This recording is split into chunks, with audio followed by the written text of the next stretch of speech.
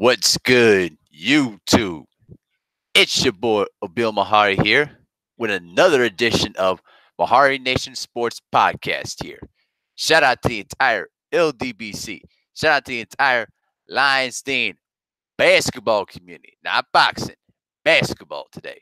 Because as you can see in the title today, we got some NBA playoff basketball talk as I want to get into today. But got a lot of things to talk about on the first day of the NBA playoffs. And then we got some more games coming up today. I think the Pacers and the Celtics are going on right now at the moment here. But I want to discuss about my thoughts on the first day of the NBA playoffs, though. Boy, oh boy, have I been waiting for the postseason to start, and it started out with a huge bang. Let's just say, three road teams, the lowest seeds, won their first game yesterday. Sixers wet the bed once again with the Brooklyn Nets. The Magic pulling it out in the final seconds, and then the Spurs putting in some work on the Denver Nuggets. You know what I'm saying? As y'all come in here, make sure to go ahead and smash that like button. So let's get into it, man. The Philadelphia 76ers, boy, oh boy, it's not looking good right now. Man, because not just with the inability of Ben Simmons not being able to score effectively, though, man. But then all of a sudden, though, they were turning the ball over, and then the Brooklyn Nets, they weren't. I'll say this too. D'Angelo Russell wasn't shooting the ball well, though, man, but he was doing what he can, distributing the ball and stuff like that, though, man. So, it was just a superb, balanced attack that we saw last night, though, man. As I pull up the box score here, real quick. Yep, for the Nets, though, man. D'Angelo Russell finished the game with 26 points, though. You know what I'm saying? And then the Sixers, the Nets right now, they shot what? 24 of 26 from the free throw line, while the Sixers shot 29 of 42. I'm sorry. You're not going to win many playoff games by doing that. You know what I'm saying? And then the Sixers, though, man, credit to Jimmy Butler. He dropped 36 points in that game. But Ben Simmons, oh my, oh my, oh my. Did he wet the bed for sure? I mean, how do you... Here's what's mind-boggling about Ben Simmons that really gets in my head. He rebounds, he distributes the ball, he can finish, but he can't shoot the ball. Like, how do you survive in the NBA without shooting the ball? You feel me? You know what I'm saying? So let me go ahead and put the link of the Hangouts here if you guys wanted to come in and chop it up. There you go. So, what's so mind-boggling to me is like, how do you survive a whole game and you can't even make free throws, you can't make jump shots, because in the playoffs teams are going to dare you to shoot the ball. And Ben Simmons, this is his third year in the league. Let me check it out right here real quick. Ben Simmons, he's 22 years old. 22 years old. And this is his second year in the league, and you still can't make jump shots. Ooh, man, oh man, oh man. The Sixers better wake up in game 2 tomorrow night. They better wake up, otherwise it's gonna be a long series. I expect Tobias Harris, I expect Joel Embiid to play better. Ben Simmons, bro, you gotta wake up, man. You gotta wake up tomorrow, though, bro, because if they don't win this game tomorrow, down 0-2 against the Brooklyn Nets, it's not gonna be easy, bro. I can tell you that. So the next game on the list, though, too, and this is the one that everybody's been talking about the last few hours. The Orlando Magic pulling out a stunner in the final seconds thanks to Mr. DJ Augustine. Shout out to DJ Augustine, dropping that 25 piece over Mr. Kyle Lowry. 0 for 7, 0 for 7, 0 points. Sure, he had 7 rebounds, 8 assists, though, so he'll get a little stat points for that, but still, it's goose. Goose. Goose. I mean, come on, Toronto fans. Like, how do you live with yourself, Yeah, Cyber Supreme, salute though, man. Hey, if you want to get on to the link to the Hangouts is in the chat though. If you want to chop it up, but still, this is mind-boggling to me though. Like, Kyle Lowry has never been able to just relax and just play within himself when it comes down to the postseason. I'm telling you right now, those Raptors are going to regret trading DeMar DeRozan. I'm telling you right now. Kawhi Leonard may be thinking about this, though. Like, do I really want to stick around for this? Of a point guard that always knows how to wet the bed? He hopes the Nets and the Magic get the upset. I hope so, too. I would love to see that, though, man. You know what I mean? It's... the Sixers, man, they're too flawed of a team. There are no way of going to the finals. They don't shoot the ball very well, and Ben Simmons' lack of shooting is going to be the reason that's going to be their downfall. You could tell off the bat. You get what I'm saying? You could honestly tell that this guy cannot shoot the ball well. But let me get back to the Raptors and the Magic. And also shout out to Ticket TV on this point. Everybody keep talking about, Kawhi Leonard's gonna be the solution. He's a dominant all-star. He's a superstar player. Yeah, he did his thing. I'm not saying that, but the missing link has been Kyle Lowry, and I'm telling you, man, Kyle Lowry knows how to wet the bed in the postseason. 0 points, 0. The last time I ever seen a guard had 0 points was Darren Williams when he was in Brooklyn. I'm sure most Nets fans remember that. But still, 0 points. Think about that. Not one single bucket, bro. I mean, Kyle Lowry better avenge himself tomorrow night in Game 2. Otherwise, exactly, Cyber Supreme. Damn, shaking my head. Right. Exactly, though, bro. The Raptors are going to regret trading DeMar DeRozan. You know what I'm saying? There's no... And this is what really messed up about the Raptors, though, because they told DeMar DeRozan to their face, like, "Oh, we're not gonna trade you. It's all good, though, man. We not gonna trade you." But then all of a sudden, next day, boom, he gets sent to San Antonio for Kawhi Leonard. Shaking my head, exactly, bro. Shaking my fucking head, man. But let me say this too. The Raptors, though, bro, they play with the lead, but somehow they put their foot off the gas pedal and they become too hesitant. And the Magic, let me tell you something about the Orlando Magic. They've been one of the best teams since the end of the All-Star break. That's why they're in the playoffs, because they play physical defense. They don't have a go-to guy. I think Fournier, and then who was his other names too? Fournier, and also who to say? Nikola Vucevic there too. I think and also Aaron Gordon should be one of their go-to guys, but they play as a balanced attack, and they play very physical defense. What they like to do is they use their physical defense to force turnovers and try to get easy buckets off of that. And if DJ Augustine pulls off another dominant performance like he did in Game 1, the Raptors are going to be in trouble. Real talk. I'm not playing. Real talk. But also, let's continue on the next one on the list, though. Golden State and the Clippers.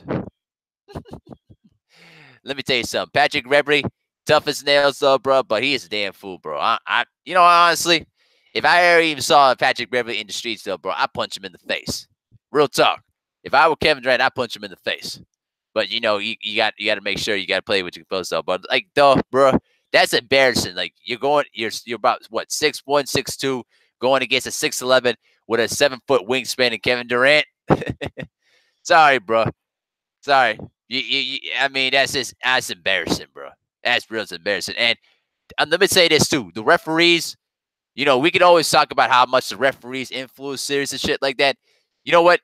The referees didn't do. Referees failed to control the temperament of this game. The Clippers were chewing them out. They was cussing them out at the. They were cussing out at the officials throughout the whole game. Lou Williams, Patrick Beverly, they were all cussing out the referees though. And then they should have called technical fouls to try to tell them, hey, that's enough talk. But they didn't do that. So they did it to themselves, and then eventually the trash talking went a little too far, and then Kevin Durant and Patrick Beverly got ejected. So, but I expect this series to be a sweep. I just don't see how the Clippers are going to try to do anything right now to try to stop this Golden State attack because many people have said this before, and I've been watching this throughout all year. They were just playing at 60%, but when it comes time for the playoffs, now they know they have something to play for, and they're gonna turn it up and make it rain on everybody. And speaking of making it rain, let's look here at Steph Curry's stats from Game 1. Let's see. Pulls it up here. Steph Curry, 38 points, and he had 15 rebounds. And then when you check at his three-point shooting totals from Game 1, let's look at it right here. Let's take a look right here. Give me 1 second, ladies and gentlemen. Make sure we put the stats up real quick. All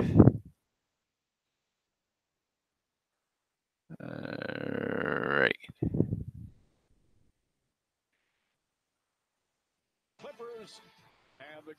Oh, sorry. Didn't mean to do that. My fault. But anyway, I'm actually gonna just search my phone. But basically, the point is, Steph Curry did his thing. He scored. He actually set the record for the most career 3-point makes in the NBA playoffs. He has 285. He basically beat out Ray Allen. And the scary part is he's not doing it. I think he'll have over 400 to 500 3-point makes by the time his career is done. I mean, the guy. I get the feeling that Steph Curry is out to try to win the Finals MVP because he hasn't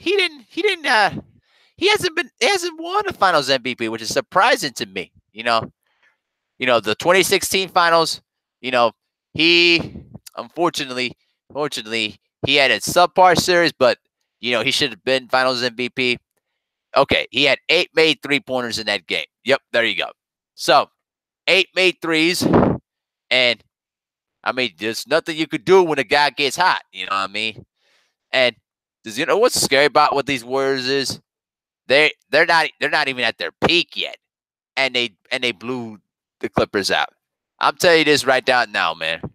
The Clippers need to find a way to try to stop Curry because Curry is the engine that runs this entire Warriors attack. And if they don't figure out a way to stop it, I expect this to be a sweep. There's nothing much to be said. Y'all hold on 1 second. I'm going to get something to drink real quick. I'll be right back.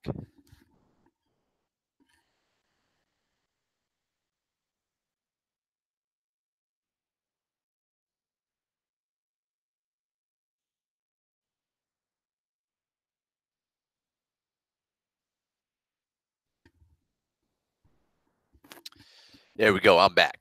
So now I'm going to move on to the Denver Nuggets and the San Antonio Spurs. Unfortunately, I only caught the glimpse of the highlights of the game, though, bro. But I'll tell you this, though. The San Antonio Spurs, say what you want to say about them. They are a veteran, experienced team. Nah, I should take that back. They're an experienced team, but they don't have championship experience. But here's the thing. Greg Popovich, when it comes down to, planning for the playoffs, this man knows how to get himself ready for the postseason. You know what I mean?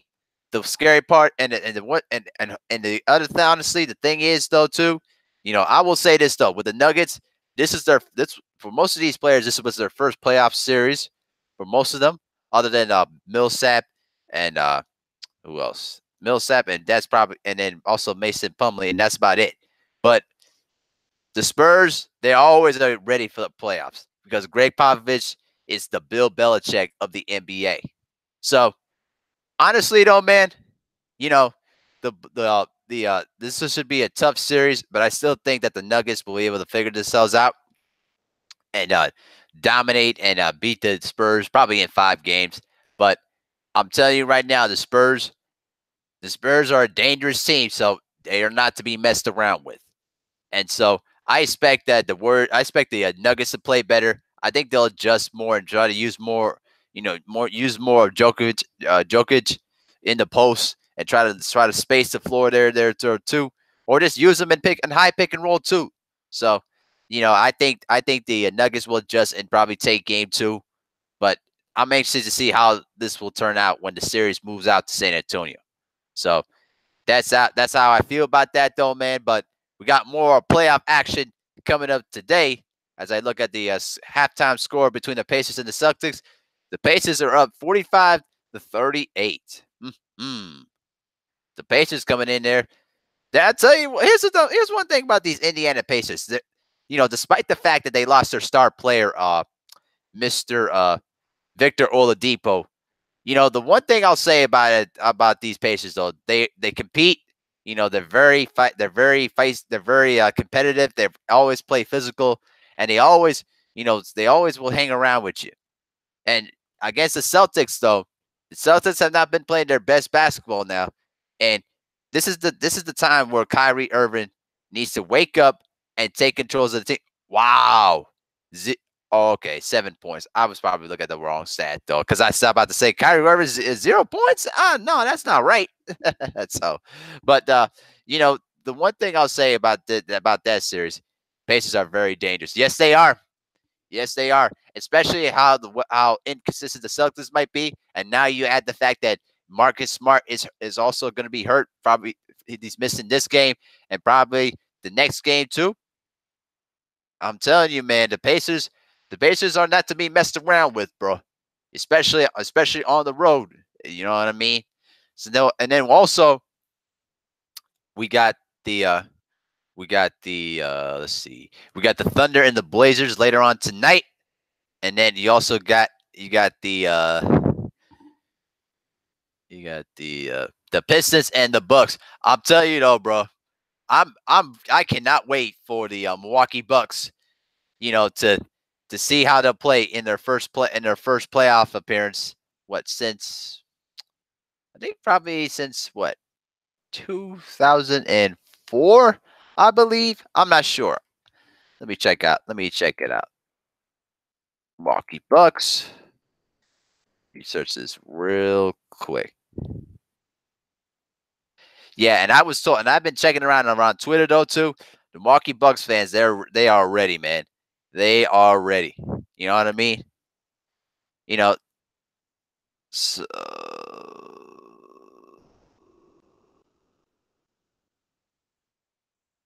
okay, so they made the playoffs in 2006. So, but they haven't been made to the playoffs since. Okay, now I got it right. Okay. But since the yep. Oh, last year. I'm sorry. Hey, Cypher Supreme. Thank you very much, though, man. Yeah, my memory's a little off about that though. Thanks, man. Appreciate it. Okay, so let me put it this way: the Milwaukee Bucks are the favorites to come out of the East. I got them winning the East. I don't trust the Sixers. I don't trust the Raptors. The Raptors will wet the bed, but it's going to be interesting to see how the Milwaukee Bucks are going to adjust without without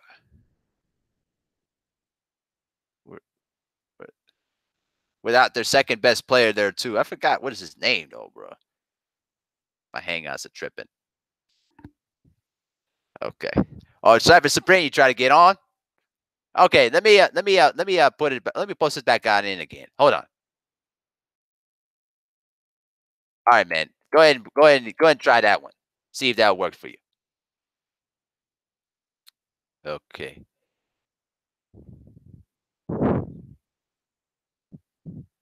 Okay, Malcolm Brogdon. Okay, there you go. So here's my point to this. Malcolm Brogdon is going to probably miss the first 2 games of that series.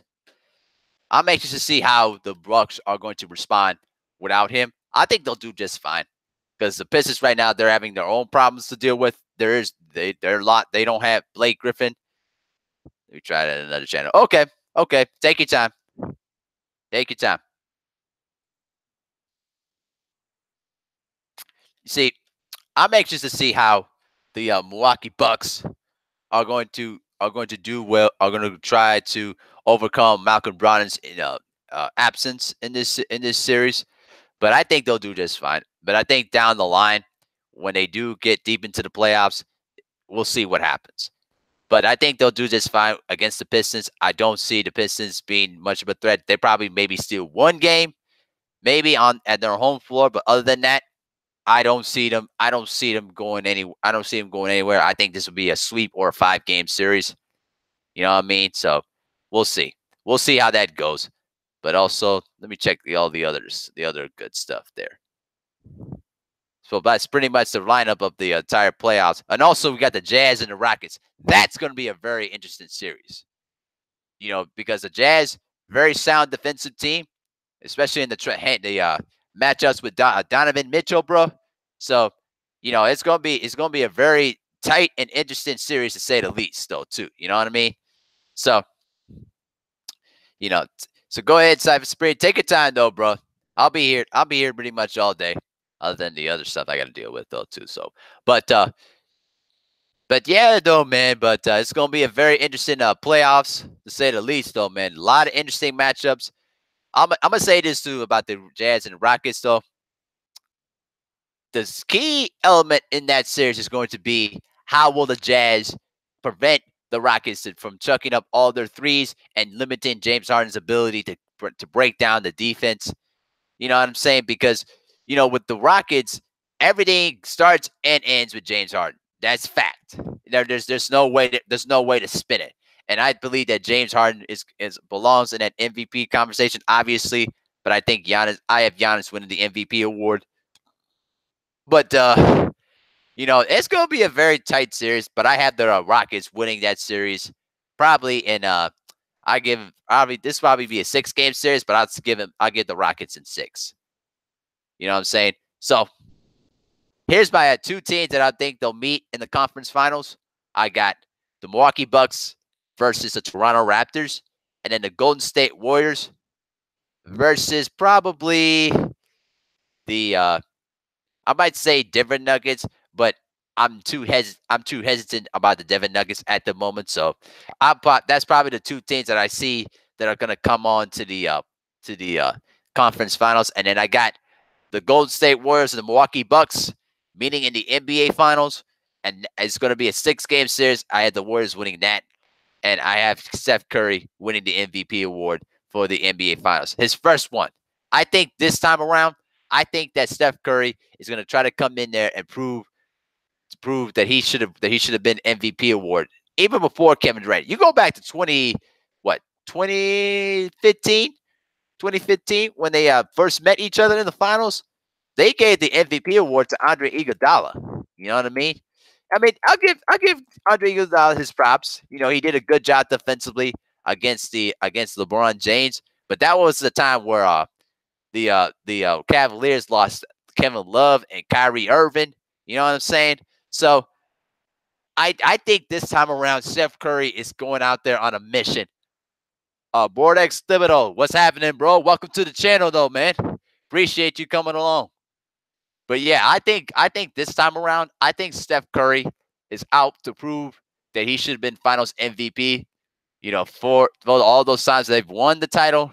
You know what I mean? I just wish that they would allow the Finals MVP to be given to the losing team, because there's been a lot of players that should have been Finals MVP on the losing side. The only player in Finals history to win the Finals MVP on the losing side was Jerry West back in 1969 when the Celtics beat the Lakers for one final time with the Bill Russell-led Celtics. He had 42 points in that game. He played his heart out the entire game with a bad hamstring, but unfortunately, their coach, was being greedy and didn't let Wilt Chamberlain to get back into the game after he injured his leg, and then he was able to get ready to get back into the game, and he never allowed Wilt Chamberlain to check back into the game, and then the Celtics went on to win the title, their 8th championship in the 60s, and that was the conclusion of the Celtic dynasty.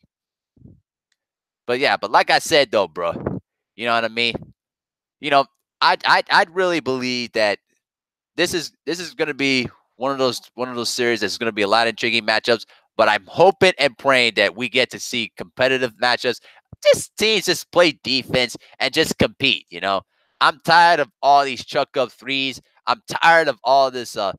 Penetration, kick out for a three. Oh, let's take the three off the dribble. Oh, I could just take a three off the screen and just chuck up 4 threes in a row on one possession. Bruh, that's not offense. I hate that.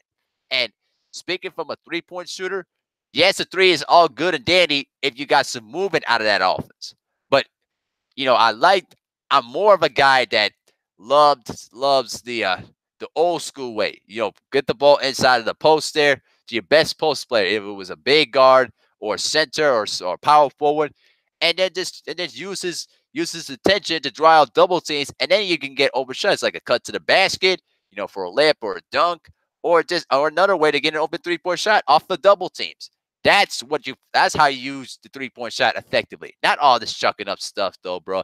I really hate how the NBA has taken away hand checking. They taken away zone defenses, and you can't even touch a guy. You can't even fart on a guy without calling that a foul. You know what I'm saying? I'm just not a fan of today's style.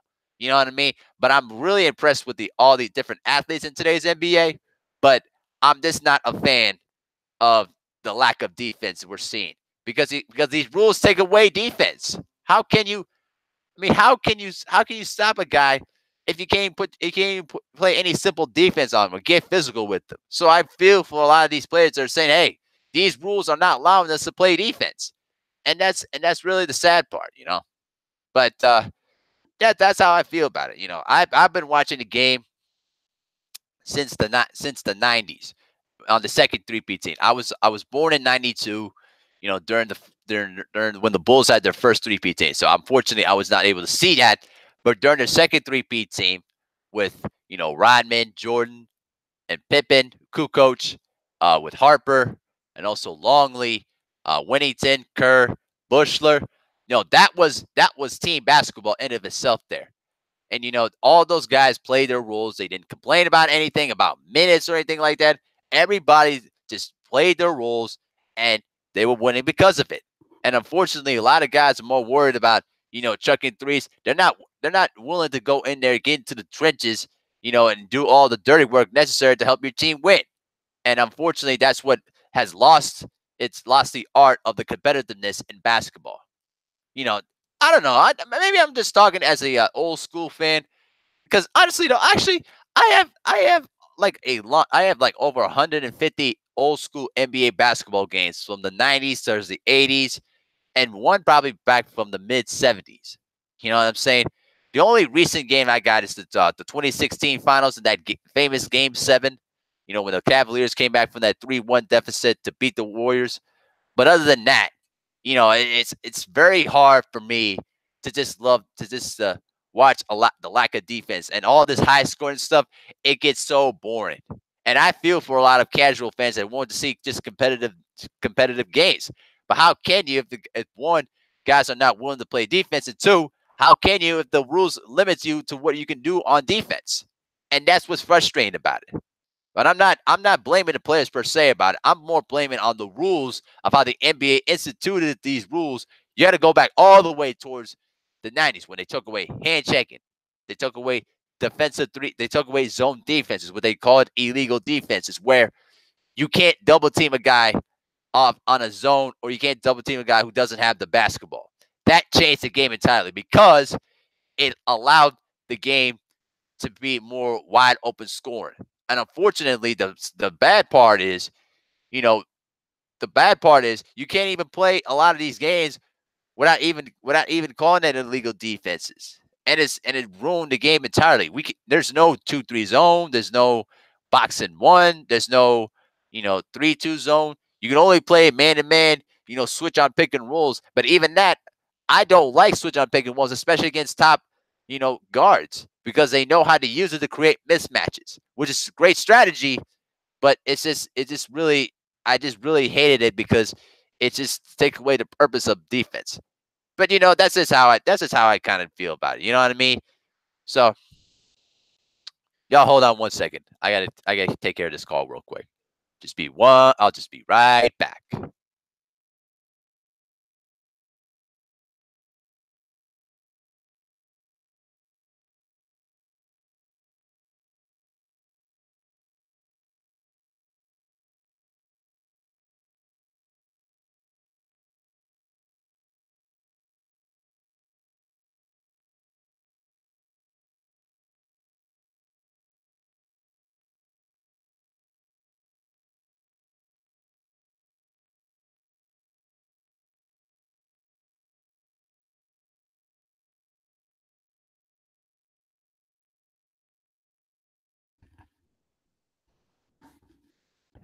Okay, I'm back.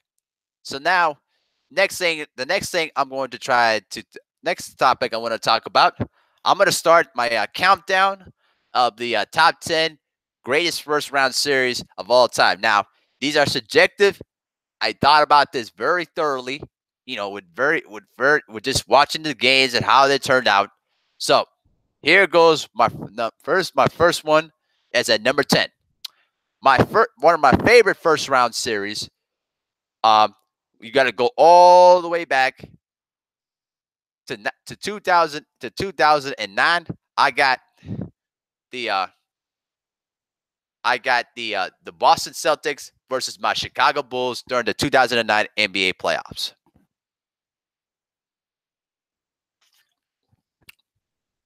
Now let me explain why I say that. This series really featured the rise of young point guards like Rajon Rondo and then Derrick Rose before, unfortunately, the knee injuries came into play. But this was a very unusual series because the Celtics were coming off their championship season a year ago, and they were coming in as the undisputed favorites to go ahead and repeat as champions. You know what I'm saying? But things don't turn. But a lot of times in basketball, things don't work out as you hope they would. Um, Unfortunately, Kevin Garnett injured his knee probably back in February of that year, and he missed out. He missed out the entire season and the playoffs. He just could not get healthy. You know what I mean? So without Garnett in the lineup, it really opened things up to what could probably be a very competitive series, because at that time, Chicago was an up and coming team that just barely squeaked through in the playoffs as a seventh seed. They were competing against the Sixers and then the Heat for the other playoff spots, but they ended up settling for the seventh spot, right ahead of the Detroit Pistons. So, what happened at that time was perhaps one of the most thrilling first round series you'll ever see. You had Derrick Rose, who made his first playoff appearance, went out of his mind and scored 36 points. And I'll tell you this, though, too. That was the most points scored as a rookie in the history of the playoffs. I mean, that guy played unbelievable. And then the game went into overtime, and then the Bulls were able to pull it out. So you knew that the Celtics were not going to let this going down, especially if you trailed the series 2-0. You're basically asking to lose the series. But then again, Ben Gordon. I'll say this about Ben Gordon. Ben Gordon is a very unusual case for him, because he was a guy that was a very accomplished player in Connecticut, won a national championship, was perceived as one of the best six men in the game, got moved into the lineup, but unfortunately injuries and then just unfortunate circumstances around the team delayed what could have been a good team, especially with that backcourt of Ben Gordon and Kirk Hinrich. One guy was a very tough and gritty defender in Kirk Hinrich, and then also a dominant shooting prowess of Ben Gordon. I mean, those guys really made things tough. But then, unfortunately, the Bulls were struggling that year. They missed the playoffs, unfortunately. And then after that, they earned the number 1 pick and got Derrick Rose. But in game 2 of that series, it was a back and forth affair. Big shot at the big shot, and then the big shot, unfortunately, as a Bulls fan, which despises me the most, was the Ray Allen game-winning shot over Joakim Noah. I mean, you talk about a perfectly executed play, a floppy screen play there to get Ray Allen a wide open look, and Joakim Noah contested the shot as best as he could. That was perfect defense, but the shot went right down the net, and then after that, the series was tied at 1. Now, the series only had one major blowout. Then the Bulls basically did not show up in game 3 and got blown out 107-86 in game 3. Well, however, what followed was a thrilling double overtime finish in game 4. Both these teams were both trading buckets. Nitty G, salute. Thanks for coming. Both those teams were trading buckets after buckets. Ray Allen hits the 3 to send the game into overtime. And then Ben Gordon, I'm going to tell you this right now. Ben Gordon made the most difficult 3 where he catches the ball, dribbles it right, and then pulls up in the defender Marbury's face right down the net to decide the game. And if anybody remembers, Ben Gordon was grabbing his private area after the shot was in. And it's like, what was he doing? What was he doing that? It was unusual. I just thought that was a little weird.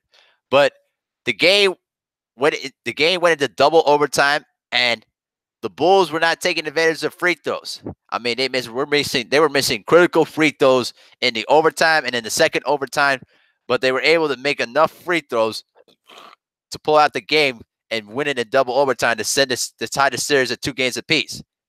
Then game 5 comes around, and this is where the series gets physical. Because late in that game, Brad Miller drives to the basket, and then Rajon Rondo hits him in the mouth, and he buzzes his lip. And the controversy was, especially from the then coach Vinny Del Negro, was that just should have been a flagrant foul. Now, when I was looking at the replay of that sequence, I do believe should have been a flagrant, because Rondo was trying to go for the ball, but in hindsight, he really wasn't trying to go for the basketball. He looked to try to take out, Brad Miller to make sure he doesn't score the bucket. Absolutely, Nitty G. Yep, no doubt about it. You're always welcome to go ahead and chop it up. But my point is this. That should have been a flagrant foul. And unfortunately, Brad Miller missed both free throws. And then the Celtics were able to go ahead and get out of it unscathed in another overtime. But this is where game 6 was perhaps the game that is just thrilling, because you had Rajon Rondo who tried to take out Kirk Heinrich, and both those teams were brawling it out. And I'm telling you, there was big shot after big shot, but Ray Allen was fantastic. He scored 41 points. He was 9 of 18 from the 3-point line, which basically put him probably around third or fourth all time in most threes in a game. Now, remember, he was the record holder for most career threes in the playoffs until Steph Curry beat it last night. But he made this difficult 3 during the second overtime, where he basically caught the ball, dribbled one way, and then shot it over Kirk Heinrich's face, and then just drilled it. And you're sitting there watching this game, and it's just like, how many overtime games can you go through? It was a thrilling series. Those teams took it to the limit. Big Money, salute. How you doing, my man? See, and the best part was, Paul Pierce, busted his nose in the game, and it was exciting. And the most exciting part of that game was during the third overtime, when Noah stole the ball, and then he was being chased down by Paul Pierce. Right hand throws it down with huge emphasis. That was the play that shifted the momentum of the game and basically won the series, basically won that game for them. And then the series went to game 7, and then the championship experience of the Celtics came through. But you cannot deny that the Bulls, they were tough and gritty throughout that whole 7-game series. But that series really helped the Bulls become a contender in the next few years. Now, it's unfortunate for me that both Rajon Rondo and Derrick Rose, their injuries slowed them down. What they could have been, especially for Derrick Rose, who tore his knee in the 2012 playoffs against the Philadelphia 76ers. That was the beginning of the end in terms of him being an all-star. But you cannot deny that the guy, was playing one of the best moments of basketball before his MVP season. Remember, he was a rookie in 2009. So that was a thrilling series. Now, when you look back at that series, when looking back, you had 1, and then you had 1, 2, 3, 4 games that went into overtime, double overtime, and then the game 6 went into triple overtime. I mean, you want to talk about first round, you want to talk about that was a thrilling series from start to finish. I mean, that series was thrilling. I mean, you cannot dismiss that it was exciting, considering that the other first round series, had some good moments, but that series there, I mean, the Boston Celtics, I'm telling you this about the Celtics. The Celtics, they were a team that were not a really on the fly road team, especially in the early rounds of the playoffs. Because remember, the previous year when they won the title, they had to go through 2 different 7-game series against the Atlanta Hawks and against LeBron James and the Cavaliers. And it wasn't until they won road games against the Pistons and then against the Lakers that helped them win the championship. But the first round was not really their biggest strong suit. And you can't deny that. I would say that, in my opinion, that first round series against the Bulls took a lot out of them, because by then, in the second round series against the Orlando Magic, the presence of Kevin Garnett was heavily missed, because you're going against 6'10" shooters like Rashard Lewis and Ito Turkoglu in that Orlando series. So you cannot deny that, the lack of Kevin Garnett really hurt the Celtics' chances of repeating as champions. Now, by 2010, the Celtics, made it back into the finals, and then were almost close to winning another championship. But you can't deny the fact that KG, after he came back from the knee injury, was never the same athletic KG that he once was. Now, age and a lot of times injury does it though too, but you cannot deny how, that knee injury really played a role in why the Celtics, they could have possibly been three-peated. They could have three-peated, and I think that key injury of Garnett really derailed their chances. So, that's one of my favorite playoff series, and unfortunately for me, the Bulls lost though. The Bulls lost that series though, bro. But they really gave us a thrill. All sorts of game-winning shots, big moments, unbelievable performances. That series is definitely up there for me. But tune in this coming Saturday, because I'm going to reveal number 9 on the list, and I'll give you a hint. It was one of the first 2 upsets in playoff history, and it occurred against the Dallas Mavericks. I'm gonna let you guys think about it, and then you can go ahead and give me some guesses on the chat on Saturday. Now, I'm gonna say this too. One of my favorite playoff performances. She says, "Oh, okay."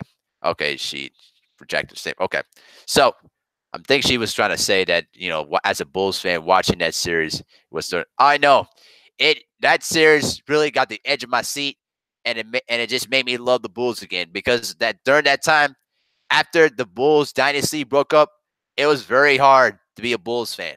Like 15, 16 win seasons, poor draft picks, horrible signings. It was very tough to be a Bulls fan, and that 2009 Bulls team gave us some hope that what could have been. It gave us hope that we could probably be a championship contending team. But god damn, that that knee injury of Rose really did it. It really delayed any chance of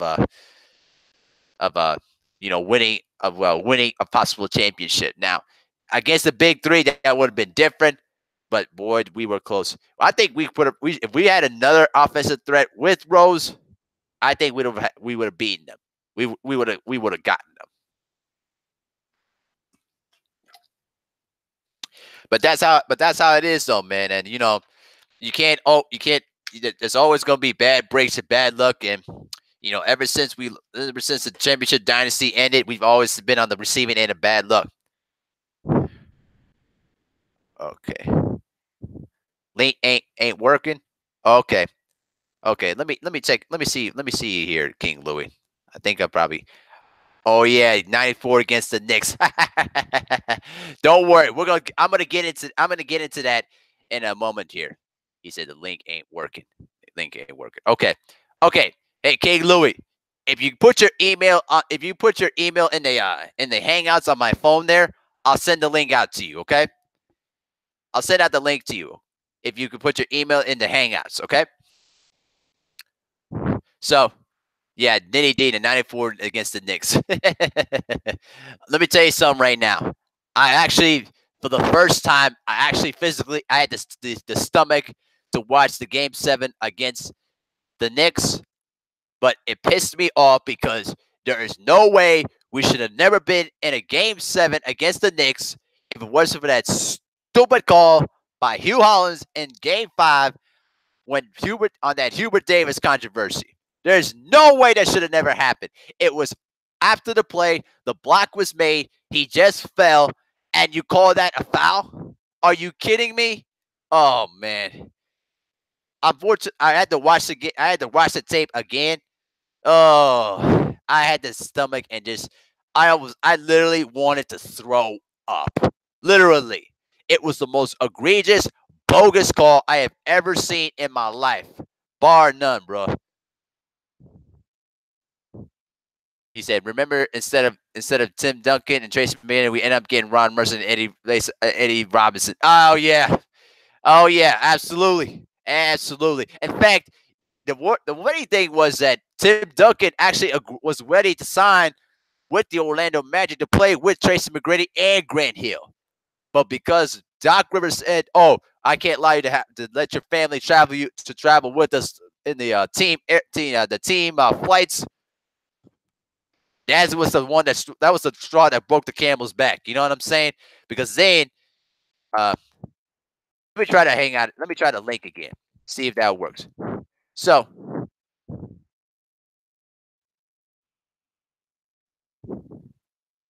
let me see if the link will work. See here. Okay.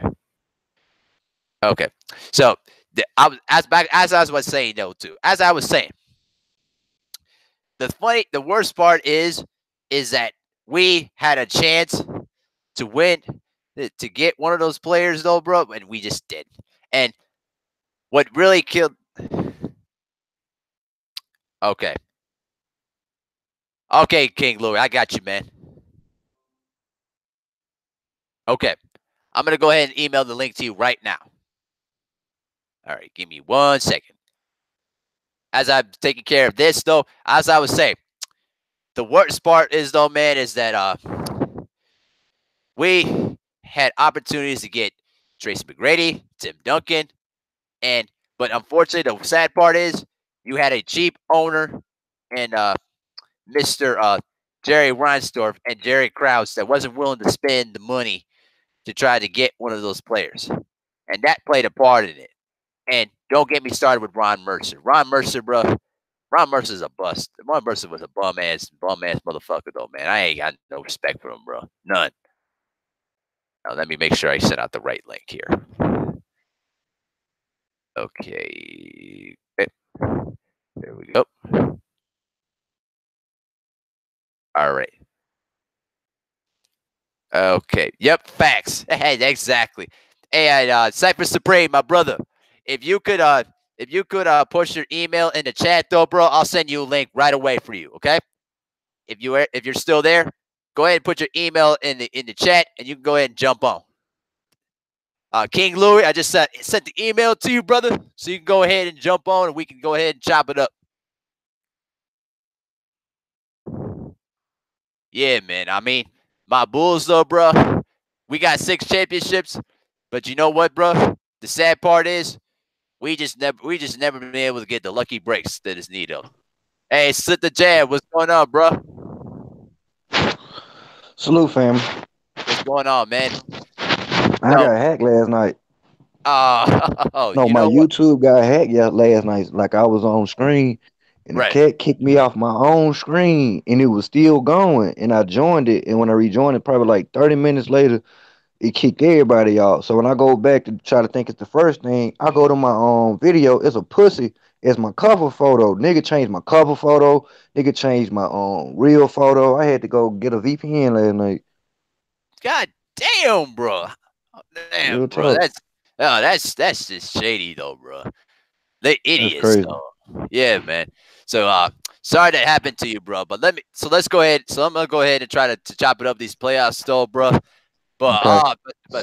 but the first day of the playoffs, though, bro, as I said earlier, though, bro, man, boy, we had upset. We had road Mhm. teams winning the first round, winning the first game of their first round series. And let me say this too, Kyle Lowry. I don't know what's going on with that dude. He just never been able to relax in the postseason. How do you let DJ Augustine, who's been in the bounce around the league a long time, drop 25 points on you and hit the big shot there? Black Hand TV, salute. How do you let I that don't happen though, know. man? Oh my That's the goodness. biggest. That's the biggest surprise of the weekend to me because I kind of figured the 76ers had a chance to lose because Embiid ain't healthy. But I said that it's between the Bucks and Toronto, and if it's and Kawhi is really engaged, and I don't think he's engaged. I agree with that. I agree with that sentiment though, bro, because just like what Ticket TV said, his mind is not even on the Raptors. His mind is basically on the Lakers because the Lakers can give him the bag and basically, without now when that Magic's gone there too, whoever steps in though, bro, they're gonna have to do whatever they can to get, you know, Kawhi to come over though, bro. So, Did but you hear the reports about Jeannie Buss and how she said since Magic left, Rob Palinka's power gonna get more, and then supposedly Rob had that position because they just knew that he was gonna get Kawhi Leonard, and like they said later over the year, those talks just stopped. You know what I'm saying? Because I don't think that they're sure that they're gonna get Kawhi this summer. I agree though, bro. That's what I was saying though, bro. And also the one thing I can notice is, the Celtics, I'm sorry, the Lakers though, bro. They need a complete overhaul of their whole entire front office. Like, bro, That there's basically real talk. yeah, that's just it because nobody wants to do business with Rob Pelinka because there's a perception that Rob Pelinka is too arrogant. He rubs people off the wrong way because he's been working as an agent for so many years with Kobe Bryant. But now that he's an executive now he's got to work to make fences and create relationships with other executives. Now the other executives are taking their chances to get their piece of the pie against Rob Pelinka. And it's going to be hard for the Lakers to make any sorts of moves. I don't believe they're gonna get Kawhi Leonard. I just don't see it. I don't. I think he going to the Clippers, man. Niggas forgetting about who Jerry West is. Oh, exactly. Don't get me started with Jerry West. Jerry West. I'm gonna tell you something right now. The legend. The Lakers need to mend fences with Jerry West. Real talk. There's no reason why the guy who's been the face of the NBA logo, the guy that basically carried the Lakers franchise for decades, who helped build Showtime, who helped build the Shaq and Kobe Lakers, and you don't find a way to mend fences with that? Come And on, bro. then he sent you Paul Gasol when he was with Exactly. Memphis. Come on, man. Exactly though, bro. That's completely ridiculous. There's no here's the scary part. When the Warriors were basically trying to reassemble their roster, Jerry West was their consultant and basically makes them help them make the moves to get Kevin Durant. Like Mm-hmm. this dude when it comes to recruiting, he is the OG when it comes to recruiting. Real talk. You know Cause what a I mean? nigga know they come to a Jerry West project, there's a good chance he gonna make you famous. Real talk. he gonna put you on the platform to do what you think you could do. And when you look at Shaq, what was he? I ain't gonna say he wasn't dominating in the NBA till he got to the league because he went to the finals with Orlando. But it's like his game changed when he got with Jerry West and shit like that, and he got into LA. So I don't think it's gonna happen because I think Jenny the reason Magic left. So I don't think it was no LeBron. I think Jenny, you know what I'm saying, telling Magic he had this power like in the public, but when Magic go to do some things, he tell him she tell him he can't do it. Like, hold up. So Right. you want your faults to be thrown upon me. So okay, if you wanna do the job, just do the job. I'm gonna step down. That's how I take it. Yeah, I agree. I agree with that sentiment though, bro. Because you know what really boggles my mind is when I went through the reports, not from Flicky TV too, that that the Lakers were going to draft that Magic wanted to draft De'Aaron Fox, but then Genie usurped his drafting authority and told him you're drafting Lonzo Ball. Because of what the fans wanted. Oh, good lord. That's crazy, Uh, man. Oh my goodness, though, bro. I mean, the Lakers are going to be a mess for a while. I don't know what LeBron's contract situation is. I don't know if there's a 2-year opt contract in this deal, but he better either just two things: go back to Cleveland or just retire. Because I don't know if anybody wants to deal with the drama that LeBron brings. All the how the media tries to like play favorites with him makes no sense. Yeah, to a sense, I call out certain cats, but in this essence, I don't think this LeBron's fault. I think LeBron just put extra pressure on the situation. You know what I'm saying? With Magic and Magic's like, well, I could have been had some shit done, probably. You know what I'm saying? But Jenny wouldn't allow certain things. Rob, like, it was a whole bunch of bullshit going on with Rob and Magic. Cause like you wouldn't even think, you know what I'm saying? Like when you heard the interview, Magic didn't mention him. Didn't like he's a good guy. Fuck that nigga. But it was reported that Magic had to take some of the calls because some GMs wouldn't even take Rob Palenka's calls. Right. And you got him in the position. It was something else coming out there. He wanted to fire Rob too, and Jenny wouldn't do it. Exactly. That right there. That just still goes to show you that the Lakers right now, their Lakers are going to be messed up as long as Jeannie Buss makes these same mistakes that her brother did. And they talk about, oh, we need Jeannie Buss to run an organization. How about neither of them? Because Jim Buss was making the same mistakes, but he basically allowed his ego to usurp his decision making. And now with this case, Jeannie Buss doesn't trust people outside of the organization. He wants to keep things in house, but the people who are operating things within the Lakers organization are not making the correct moves. So it's like oh man, just But you making putting them in a position. Like how exactly you expect somebody that don't got no public relations with nobody? They already hate him because they feel like he don't deserve the job, right, and you right, gonna expect him to get some shit done, and then you want to use Magic's name just for Magic's name. I don't respect what she doing. It's like to me, she ain't doing nothing different than her brother. She right, just ain't turned down no big ass deals to be spiteful. You know what I'm saying? Because you remember he could have got DeMarcus Cousins before New Orleans did. right. There you go. There you go. That was actually the one that Jeannie Buss was actually irate about because Jim Hmm. couldn't Jim couldn't land Jim couldn't land DeMarcus Cousins for basically for cheap. And then now that was the straw that broke the camel's back, and that's when she decided to fire her brother. But Big Money says me and De'Aaron Fox went to the same high school. He lived about 5 minutes away from me. Oh, cool. And he also played against Julius Randle in the seventh grade AAU circuit. Oh, That's wow. what's up, Okay. man. Oh, that's what's up, man. You know what? I'll say this too. I think the Lakers are gonna regret letting Julius Randle go. Because Julius Randle, sure he couldn't finish right though, but he knows how to make finishes. He knows how to finish the rim though. But yeah, what do you think? What do you think about the Sixers? The Sixers went in the bed once again.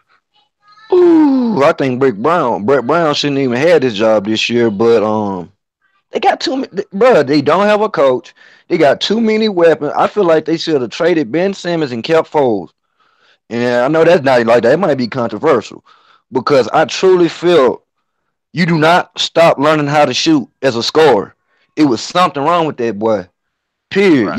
You don't like, bro. You don't become the number one draft pick, being a shooter, a scorer, and then get to the NBA and can't even shoot in the mid range. Can't shoot free throws.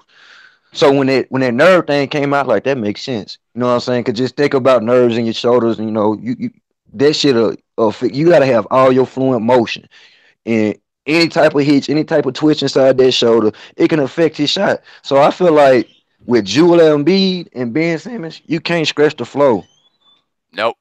You can't even stretch the floor with them because you got guys. You got Ben Simmons. I'll tell you this right now. The Who team. bet on the post, Embiid or Simmons? That's a tough. That's boy. Embiid. Who's Embiid. better on the perimeter?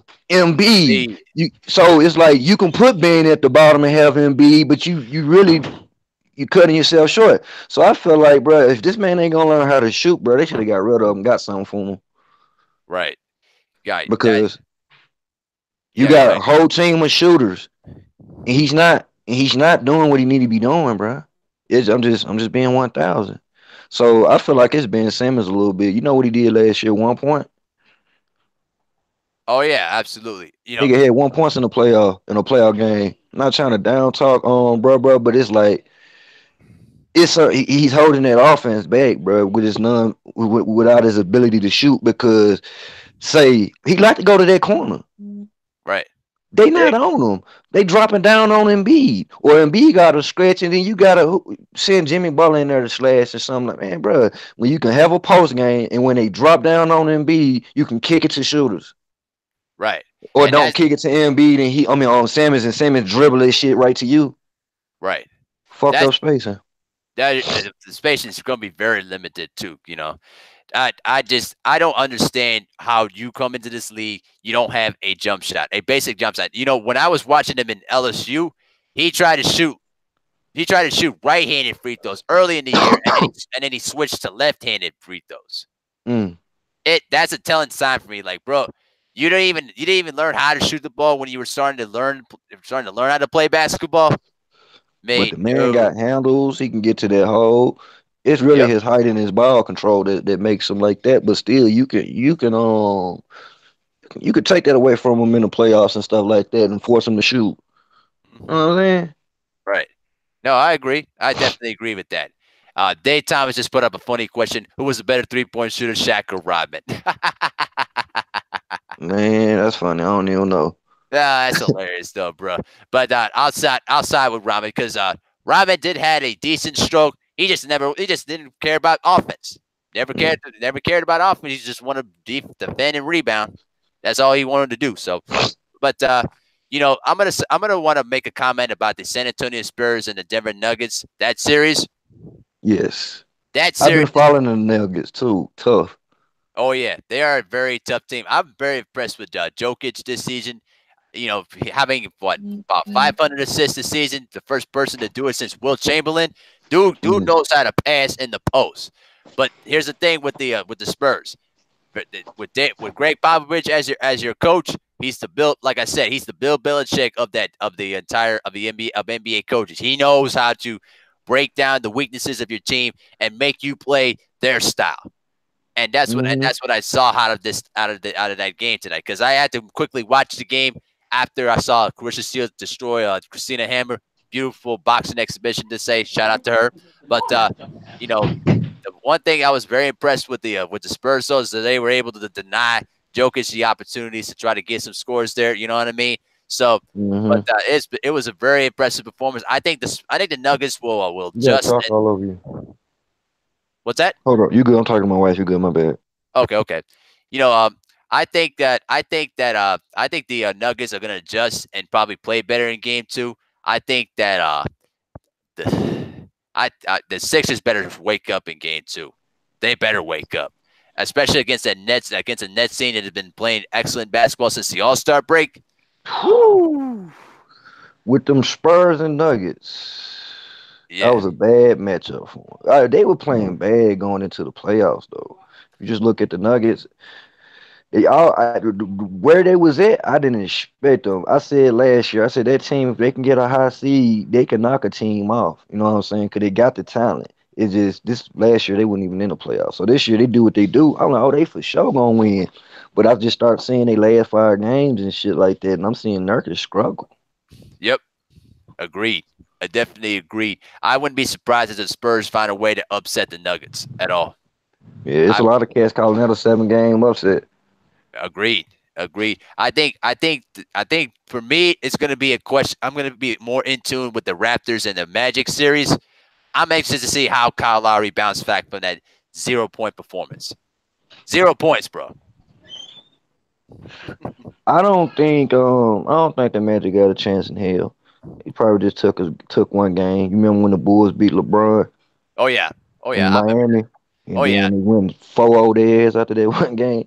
Oh yeah. Absolutely. I remember that. I remember that series. I was hoping that the Bulls would take game Yeah, I two. did too. I wish they would have won the whole series.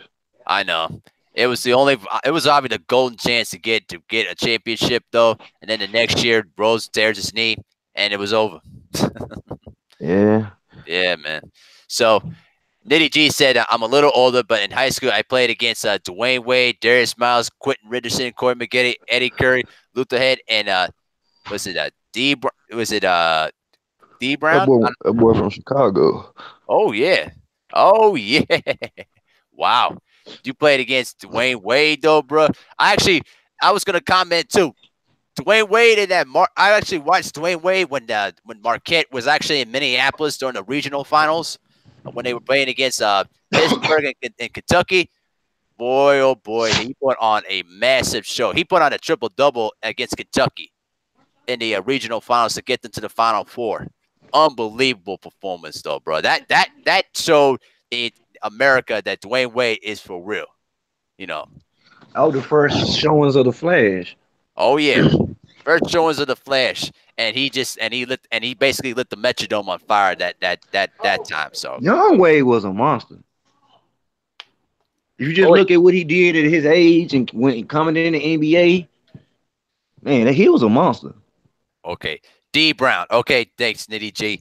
But yeah, Dwayne Wade when he was a youngster, get to the hole, finish in traffic. He had a mid-range game, but he was excellent on defense. Can steal passes though. The 06 championship year, he put that entire Heat team on his back. That was perhaps some of the best basketball I've ever seen out of Dwayne Wade. Let me ask you a question. Top 5 shooting guards of all time. Woo, okay. Obviously, number one's Michael Jordan. I Okay. have number one, Michael Jordan. Number two, shooting guards of all time. Michael Jordan. I got when you say Dr. J was a shooting guard. Mm, you say he was a forward, small forward. Okay, Sometimes he played ad for it, but yeah, I say no, not really, not really. okay, fair enough, fair enough. Um, I put Dwayne Wade third, but my second guy is the second best shooting guard of all time, for in my opinion.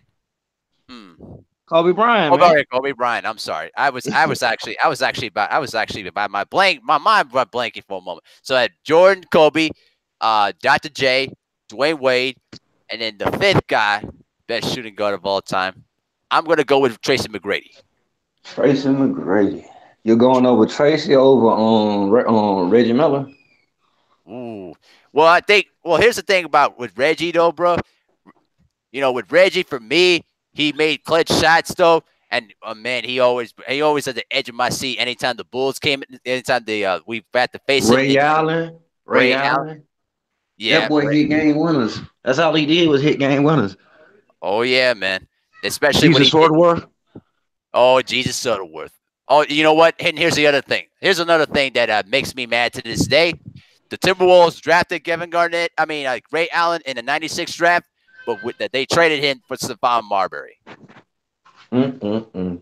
Stop farm, boy. That Uh, nigga just had he got to give arenas attitude. Like if you look at them, they were so talented, but they did so much bullshit, talk so much shit. My question is, how the hell y'all even get in the NBA? Gilbert fell all the way to the second round. So, man, them cats, boy. Like, I don't get some niggas, man. Them yeah, niggas is real tenant like lunatics, bro. Like I heard a lot more stories about Gilbert Arenas other than what I'm saying, them guns and shit like that. That dude was just a class clown. right. They was like at the round table. Did you see that thing with Richard Jefferson? Oh yeah, I remember that one. Yep. Nigga Yeah, jumps off the treadmill, telling him I'm gonna fuck up my chucks, nigga. That dropped him to the second round. He was a top 10 talent. yep, yep. It, That's scouts for you. You know how they always try to mess no, around it's with. what he did. It's like Yep, he's at the Columbine on the yep, treadmill. They supposed to be on that bitch for 15 minutes. He said, bro, dude jumps off that bitch in 2 minutes time. I'm not gonna fuck up my chucks. You trying to get to the NBA. He said that was just one of them. Then he said it was one thing about the pimping. Like he like, what you gonna do when you get in the NBA? I want to be a pimp.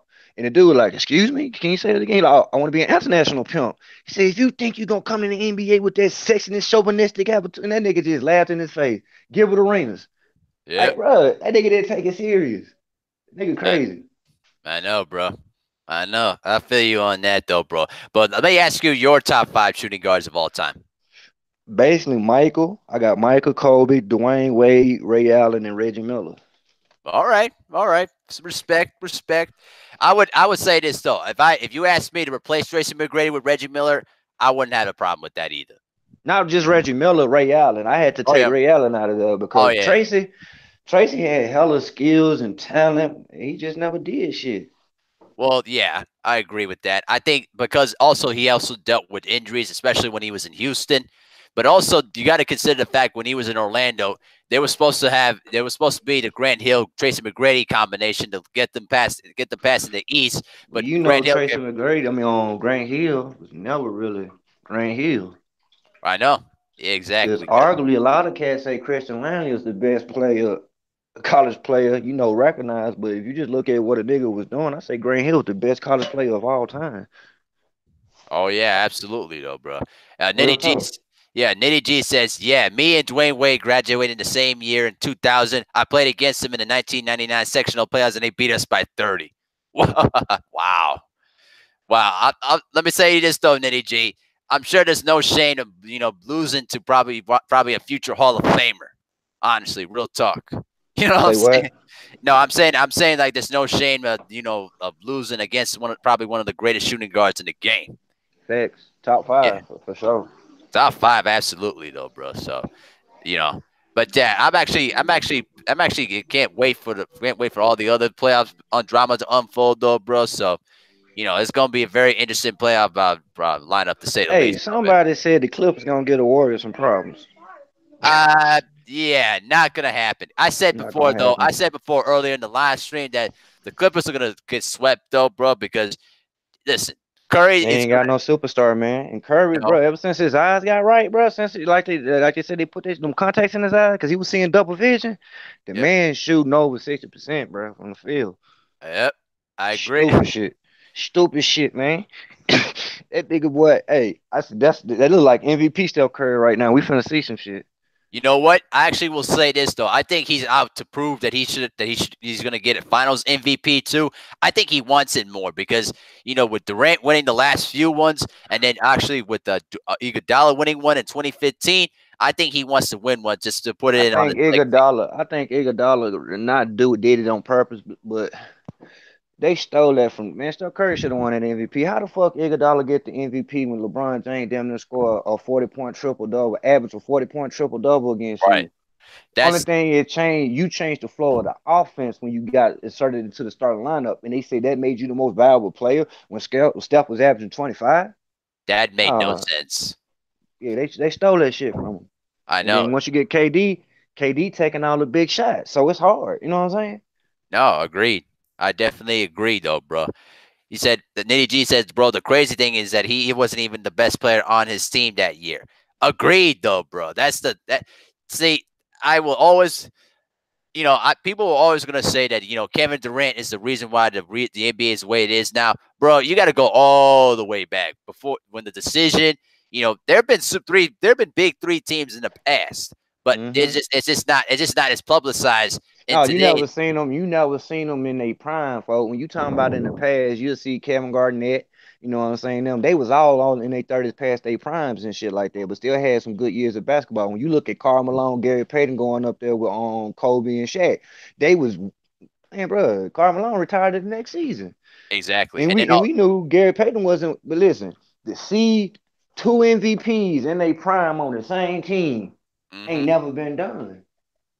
Agreed. But also, you also got to remember 1997 though too, with the Houston Rockets, that aging 3-3 with Drexler, Barkley, and Elijah one there too. They only made the Western Conference Finals, and then they lose to the Jazz. So And then they was past their prime. How old Barkley got drafted around the time Michael got drafted.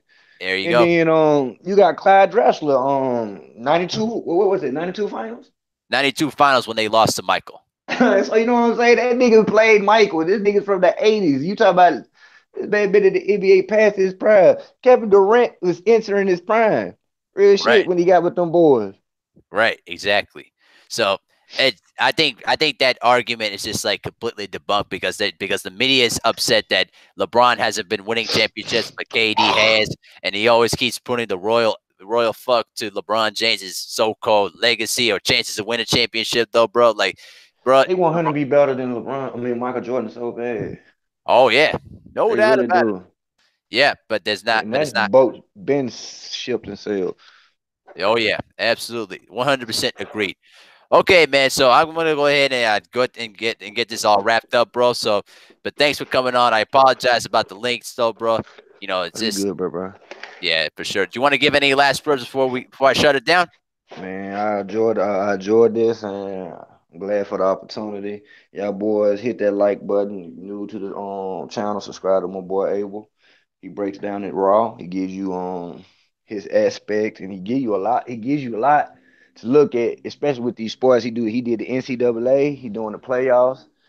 I'm happy to see what's next. So Oh yeah. salute to you, King, man. I'm loving on the content. Keep it up. Yeah, for sure, though, man. Oh, Nitty G, one last word. She says, "My bad, y'all. I was talking about Dwayne Wade when is he's the best player on Richards when he was when we were juniors." Okay, no problem with that. Okay, well, that being said, this is another great discussion there. Thanks to the King Louis for chopping it up with me today. So this has been a MehariNation Sports Podcast coming to you direct on a beautiful day here in Minneapolis. Shout out to the entire LDBC. Shout out to the entire Lions Den basketball community. I'm going to continue to give you guys more news and more coverage of the NBA playoffs as the weeks and the 2 months of progress itself. Y'all make sure to smash that like button on the way out, and then check out all the other LDBC content that we provided for you, man. So I'm Abil Mahari of MehariNation Sports Podcast, and we out. Have a good night, everybody.